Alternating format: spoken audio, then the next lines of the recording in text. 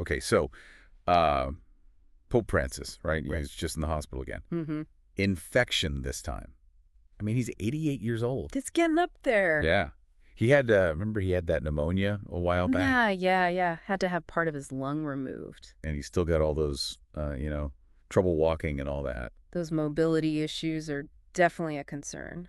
Makes you think, who's going to be the next pope?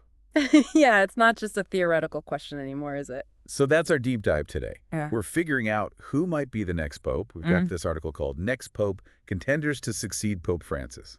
Should be pretty interesting. Definitely. Lots to unpack there.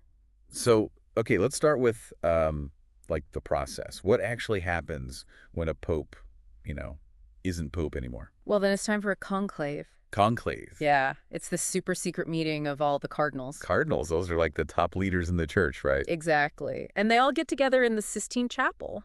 No way.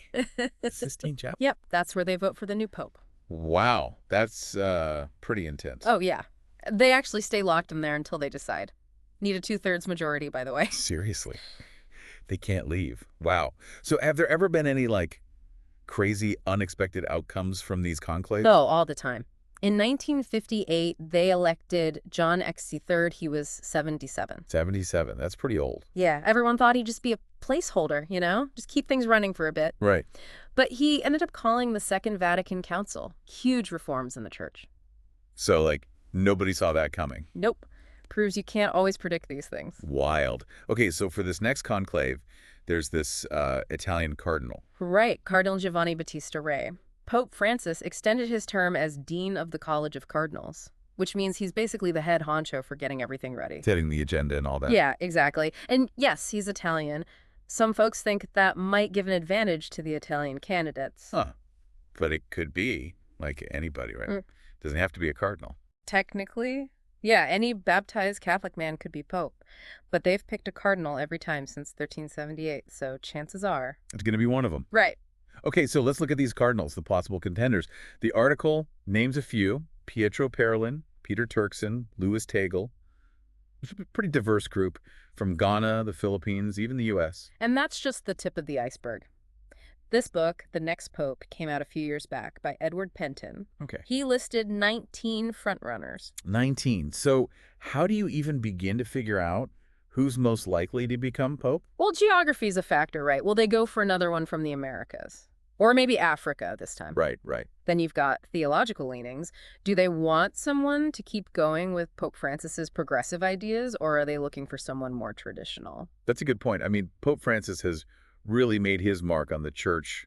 First Jesuit pope, first from the Americas. Yeah. That's got to have an impact on who they choose next. For sure. And don't forget the whole global picture. That book came out in 2020. Before the war in Ukraine, before, the climate crisis got as bad as it is now. So you're saying the world's a different place now? Exactly. This next pope is going to have to deal with all that. Take Cardinal Parolin. The Vatican Secretary of State. Yeah. He's got a ton of diplomatic experience. Could be really valuable now. That makes sense. So, okay, we've got diplomatic skills, theological views, where they're from. It's a lot. Any of these candidates really stand out to you? There's one I find really interesting. Cardinal Raymond Leo Burke. He's American, actually. Oh, wow. He was the Archbishop of St. Louis for a while. Yeah. Represents a more conservative side of the church, so if he gets picked, could mean a shift back towards more traditional things. Huh.